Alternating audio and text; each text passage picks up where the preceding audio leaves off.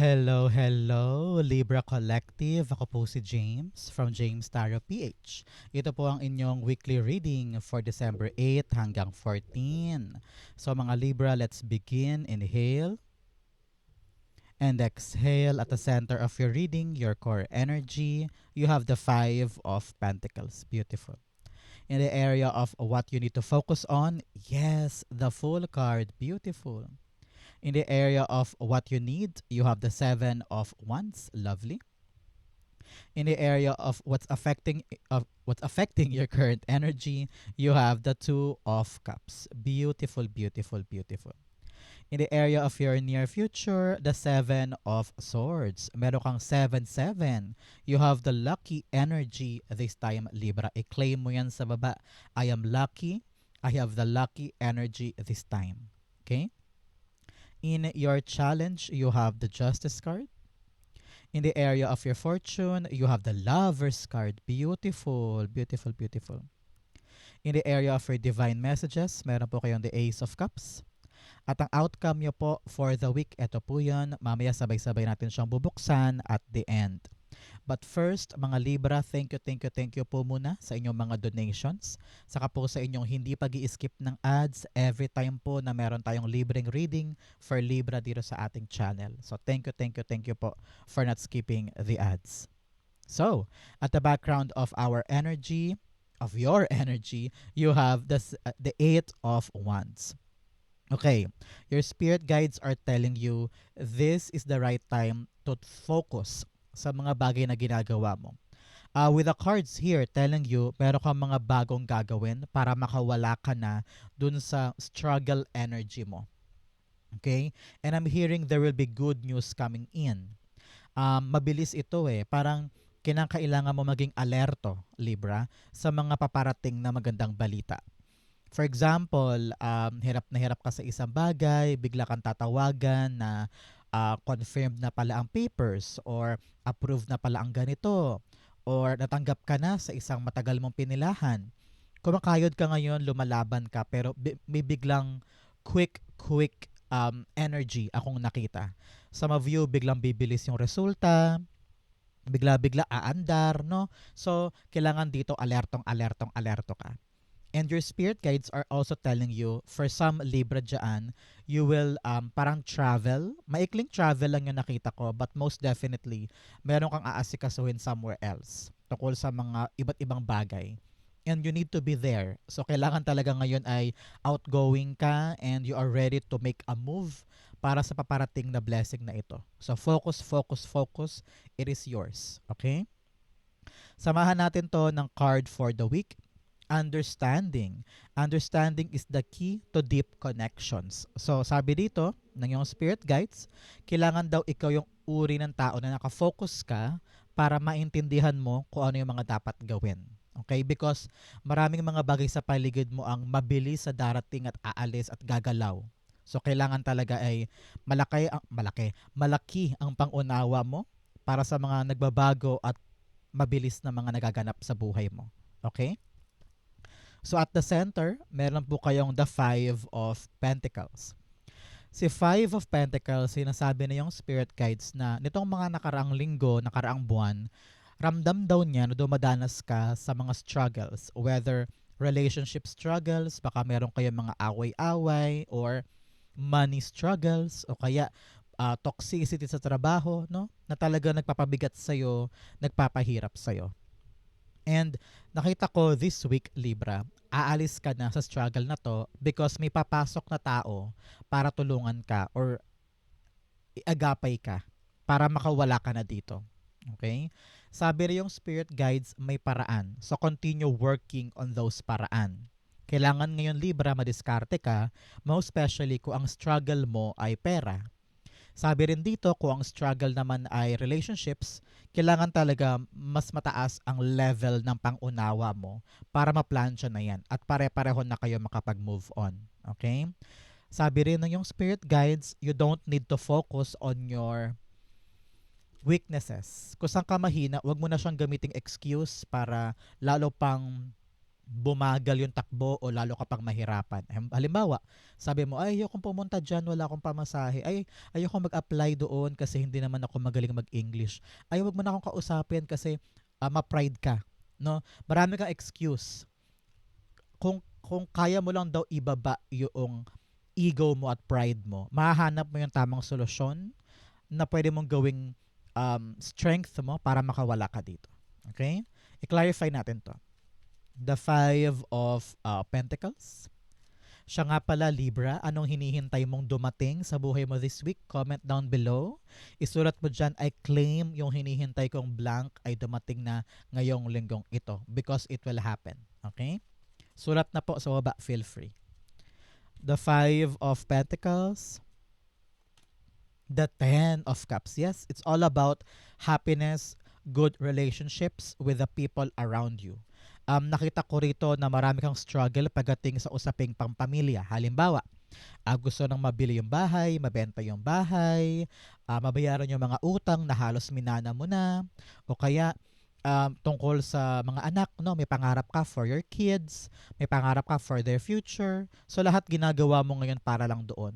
Pero sabi ko nga sa inyo kanina, may taong tutulong sa'yo para maging maayos yan. Hindi mo to kailangan solohin mag-isa. Hindi mo to kailangan solohin at sarilinin ito mga responsibilidad para sa kanila. Kasi kailangan tulungan kayo. For others, nakita ko rito na kung meron kang mga relationship issues, no? Nakita ko na magiging maayos din yan. Malalagpasan nyo yan basta isipin nyo yung relasyon more than anything. More than the problem, more than the kasalanan. Isipin ang relasyon. Okay? In the area of what you need to focus on, the Fool card, you need to focus on the new beginning. Okay? The new opportunities, the new experiences. Huwag ka na mag-dwell sa past. Panahon daw to para sumugal ka naman, para mag-try ka ng mga bago, para makawala ka na sa struggles na ito. Kasi nakita ko, sabi na yung spirit guides, Libra, masyado ka ng komportable sa safe zone mo, sa comfort zone mo. Kaya kahit nahihirapan ka, ayaw mong gumalaw kasi mas takot kang mag-experiment kasi baka mamaya iniisip mo, baka mag-fail ka lang, di ba? Pero kung hindi ka mag-try ng bago, baka habang buhay ka dyan sa struggle na ito, di ba? Ayaw naman natin yan. So, you need to make a move, a different move, to take a risk in order for you to get out of this stuck energy and struggle energy. Okay? Kayang-kaya mo yan. Isipin mo para sa pamilya, para sa anak, para sa future, magagawa mo yan. So dito, sabi na yung spirit guides with a full card, dapat daw calculated risk. Ano ibig sabihin nun? Dapat naiintindihan mo kung ano yung mga dapat mong gawin bago ka tumulay, bago ka sumabak, bago ka sumugal. No? Kailangan pinag-aralan mo na yan. At naiintindihan mo na kung ano yung mga dapat mong ihanda sa sarili mo sa mga gagawin mong ito. Kasi syempre, lamang ang preparado, di ba? Lamang ang nagpe-prepare, lamang ang handa. So you need to be prepared in this new journey. Some of you lilipat ng ibang kumpanya, ibang career, ibang bahay, ibang bansa, no? So kung ano man itong mga bagong balak mong gawin, focus on that and make sure na inaral mo siyang mabuti. Okay? The full card, clarify natin. So siya nga pala Libra, ano ang birthday mo? Comment down below. Anong klaseng Libra ka? Ikaw ba September Libra or October Libra? Paramihan dito ng mga September and October, comment down below. The full card, the Five of Pentacles. Binalik din tayo. Sabi rito, para makawala ka talaga sa struggles mo, panahon na para sumubok at mag-risk at gumawa ng mga bagong bagay na ikakaunlad natin. Panahon na to make a drastic move. Panahon na to para iangat yung antas ng buhay mo. Para hindi ka na pabalik-balik sa bigat na ito. Okay? Narinig ko for some of you, you need to open yourself for new opportunity. Open yourself for new options. Okay? Halimbawa, hirap ka na sa lugar na ito. No? So, kailangan mo mag-isip ng paraan na bago para yung kwentong yan ng buhay mo ay magbago na. Okay? In the area of what you need, you have the Seven of Wands. You have 7-7, talagang napakaswerte mo this time. 7-7 is really a lucky energy na hindi mo kayang i-ignore and you need to take advantage of it. Okay? The Seven of Wands, sabi dito na yung spirit guides, kailangan mo daw panindigan with conviction yung mga desisyon mo. Siyempre, sabi ko nga sa inyo, meron kang itatry na mga bagong bagay na maaring mahirap, maaring nakakatakot, pero kailangan talagang panindigan yan kung gusto mo magkaroon ng magandang pagbabago sa buhay mo. Okay?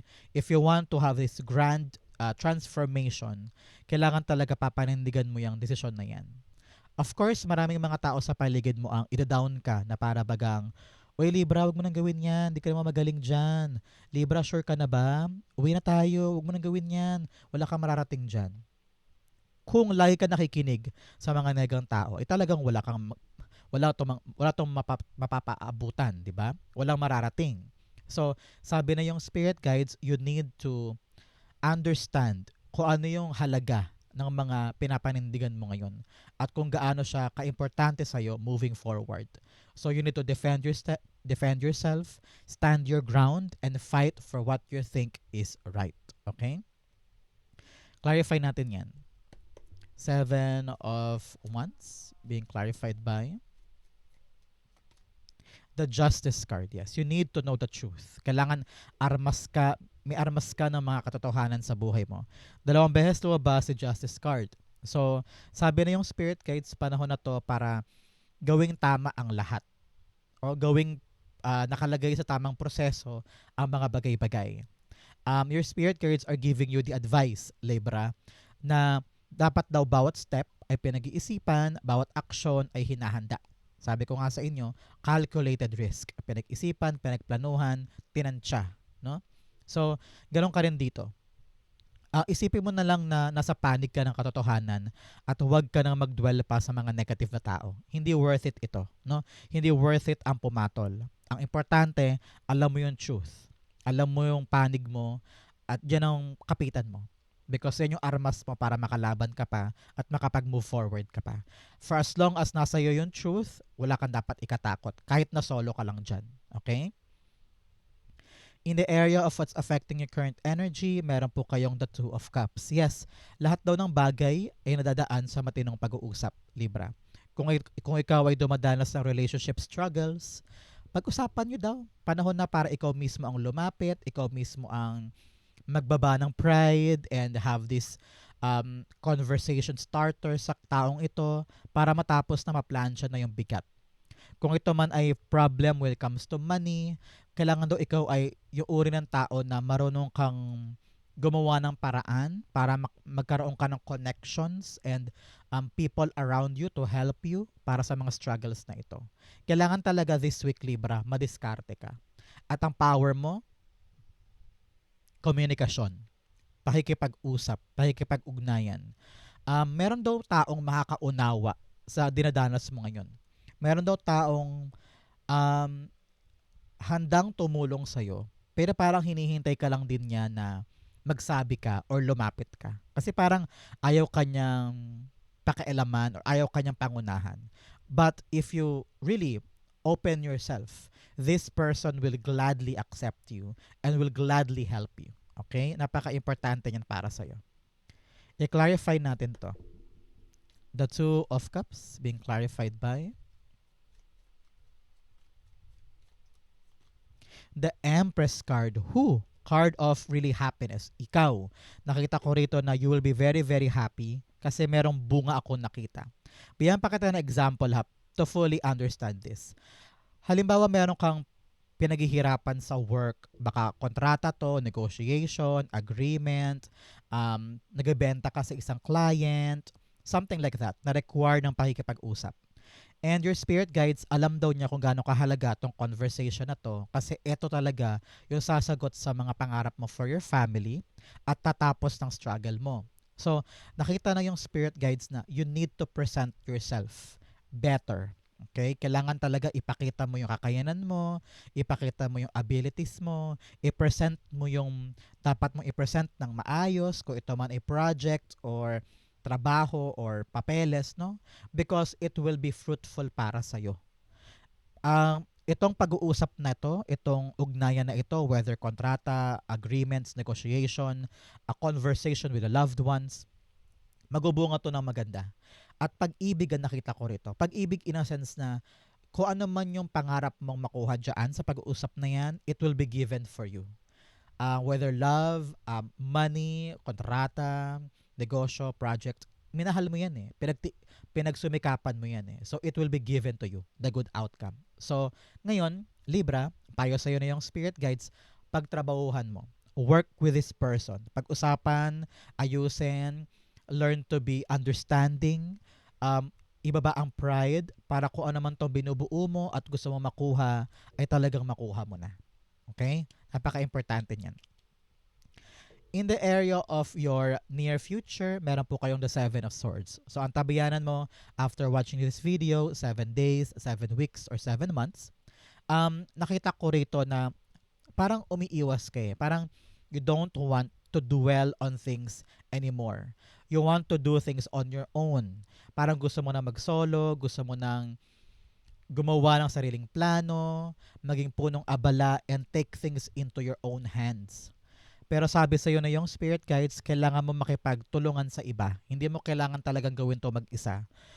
Yes, maaari, pwede kang mag-come up on a new solution, on a new plan, on a new idea, pero kailangan mo pa rin ng ibang tao. Hindi mo kailangan gawin to ng solo ka lang. Because nakita ko rito, sabi na yung spirit guides na in the long run, baka tumagal. In the long run, baka umantala. Because baka panigan mo lang yung nalalaman mo, pero you need to realize na marami pang great minds sa paligid na maaaring mag-contribute sa ikakaganda nito. Okay, nakita ko yan for you. So, tama na yung pag-iwas, tama na yung paglayo, tama na yung pag-try sa mga bagay-bagay on your own.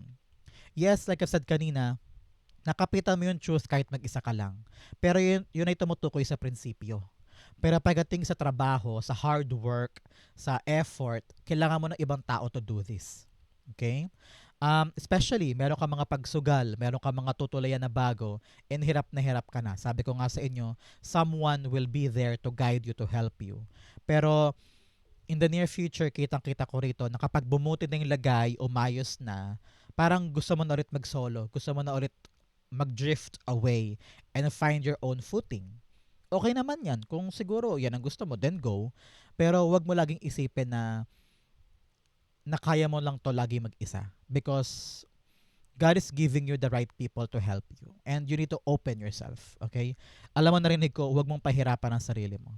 Para lang mapatunayan sa kanila or masupalpal lang sila. Parang ganyan. Don't make it so hard for you. Okay? Don't make it so difficult for you.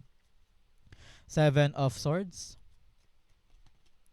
The Queen of Swords. Yes, Queen of Swords is really a card of having this clear vision. Kailangan malawak ang pananaw mo. Hindi pwedeng sa'yo lang. Hindi pwedeng ikaw lang ang tama o ikaw lang ang may say sa lahat ng bagay. No? So, I understand na you want to do things the right way, your way. Pero kapag malawak kasi ang pag-iisip mo at bukas ang mga palad mo, makahanap ka pa ng iba't ibang options na mas maganda para tong inaasikaso mo magkaroon ng mas magandang bunga. Example, kung halimbawa sa project na yan, sabi mo gusto mong solohin kasi sabi mo pag maraming tao mas bumabagal, maraming issue, confusing, no? Pero here, sabi na yung spirit guides, kapag alam mo kung ano yung outcome at ano yung tinutumbok mo with this project, kung ano yung goal, parang you need to understand and realize na, ay, kailangan ko sila. Mas kailangan ko ng iba't ibang idea. Mas kailangan ko ng iba't ibang isip para mas mag-come up ako on a better outcome. So, para bagang nilalet go mo yung ego mo and nagiging mas professional ka, mas iniisip mo na lang na mas maging okay itong outcome nito kaysa yung personal kong gusto. Parang ganyan. Okay? In your challenge, you have inner cosmos. To embrace the light, first acknowledge the dark. Trauma, seeing, go deeper. Harapin mo na daw yung mga bagay na pilit mong iniiwasan at pilit mong tinatago. Kakatago mo dyan, kakaiwas mo dyan, lalo pang kinakain ka nyan, at lalo pang nagiging komplikado ang buhay mo. Harapin na yan, wag nang iwasan, para once and for all, matapos na. You also have having hope. Wag daw mawala ng pag-asa. Especially here, with the struggles mo. You have fortune after difficulty. Huwag kang matakot, huwag kang mangamba. Pagkatapos sa struggle mo, darating din ang kaginhawaan. Okay? So you need to work hard for this. And makipagtulungan para makaalagwa ka na. In your challenge, you have the Justice card. Sabi dito, huwag kang mabulagan sa mga nakikita mo. Huwag kang makontento lang sa mga impormasyon na pinapresent sa'yo. You need to dig deep. Kailangan ikaw mismo, Libra, ay kinakalkal mo yung totoo. Ikaw pa man din to. This is you, Libra. So, pag lumalabas ka sa isang reading, ibig sabihin napaka-powerful mo this time. So, you need to really assert the truth and know the truth. Karapatan mo yan para matimbang mo kung anong dapat gawin. Halimbawa, sa budget mo, may nawawalang 20 pesos. So, huwag ka munang bigla-biglang sumabog. Alamin mo muna yung katotohanan kung saan napunta yung 20 pesos. Baka naman reasonable, hindi mo lang naalala.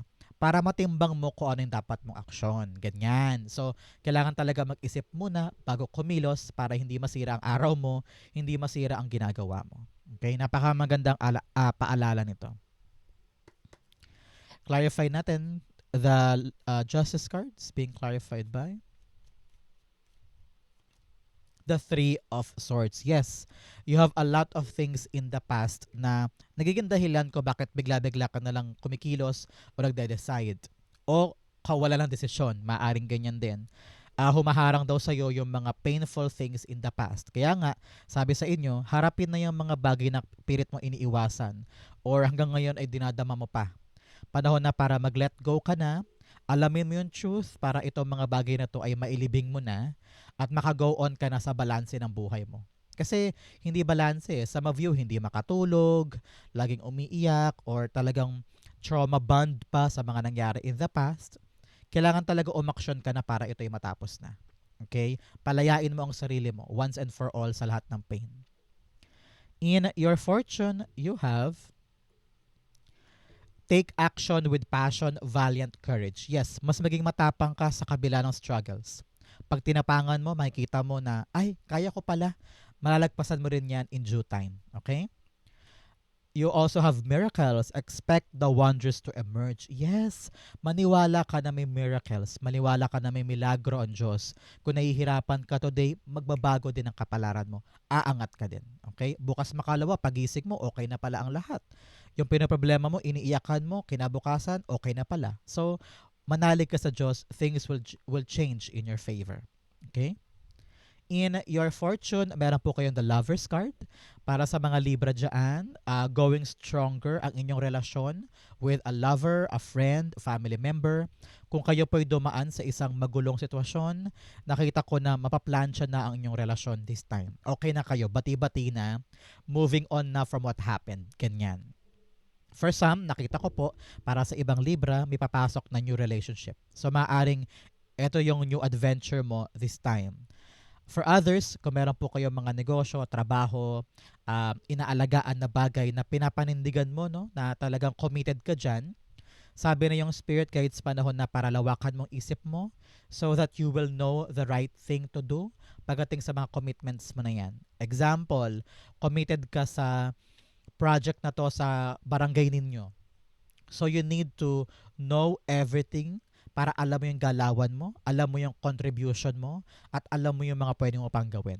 Kasi kung malabo sa isip mo, yung mga pinapanindigan mo na yan, baka masayang. So you need to open your eyes and understand everything para malinaw sa'yo kung ano yung mga niyayakap mo. Okay?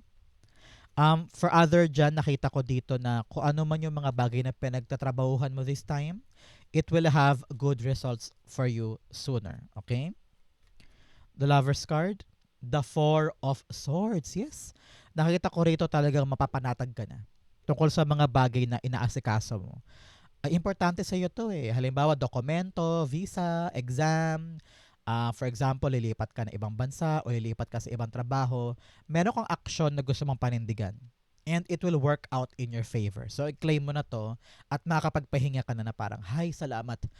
Salamat, talagpasan ko rin yun. Okay na ang lahat. Parang ganon. So, ngayon, i-claim mo to that makuha mo na yung kaparatagan ng puso mo at yung lahat ng inaasikaso mo yung maging okay na. Because this is all about your choices. So, kung ano man yung mga choice mo, nakita ko na meron kang dasal tungkol dyan at napakinggan yung dasal mo. it will be fruitful para sa'yo. So congrats po Libra, i-claim mo na to. I-like mo rin yung video to claim this energy. In your divine messages, you have work through your fears. Yes. Takot kang humakbang kaya ka nag-struggle ngayon. Sabi ng yung spirit guides, labanan mo ang mga takot mo para makaabante ka na. You also have emotions are running high. Yes, halo-halo emosyon, takot, lalaban, aatras, susulong, paiba-iba. Kaya sabi rito, kalamayin mo ang iyong emosyon, huwag mo hayaang makahadlang sa iyo ang iyong nakaraan para gawin mo yung tamang paraan. Okay? In your divine messages, yes, tamang-tama yung sinabi sa'yo, halo-halong emosyon. Ace of Cups. Sometimes, tuwang-tuwa ka, gusto mong lumaban. Bukas, takot ka naman, sabi mo, ay huwag na lang kaya, huwag na lang kaya. Halo-halo ang naramdaman mo. So, you need to really listen to your heart and understand your situation. Ano ba yung mahalaga? Ano ba yung magpapaligaya sa'yo? Ano ba yung magbibigay sa'yo ng contentment, happiness, satisfaction? Doon ka pumunta. Kung saan ka talaga magkakaroon ng great passion and great love, no, for something or someone, yakapin mo yun. Kasi ito yung talaga magdudulot sa'yo ng totoong saya, totoong kaligayahan, at totoong success. Okay? So, out of every noise, sa dami ng noise at kaguluhan, you need to listen to yourself. Ano ba yung gusto ni Libra? At ano yung mga pipiliin mo na hinding-hindi mo pagsisisihan. Okay? The Ace of Cups. The Eight of Pentacles. Eight of Pentacles, you need to work on this. Okay?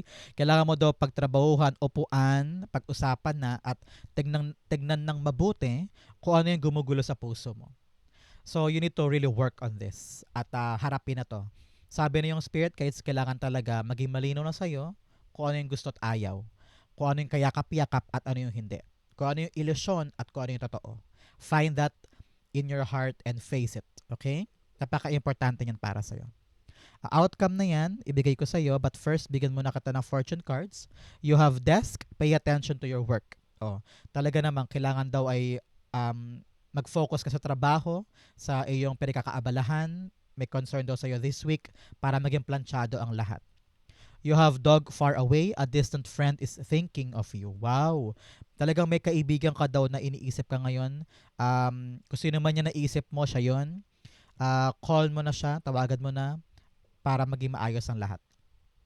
You also have hand in need of help, assistance, or guidance. Sabi ko nga sa inyo, may tulong na darating kaya huwag mong isara ang sarili mo. I-accept mo yung mga help na yan para gumaan at bumilis na yung inaasikaso mo.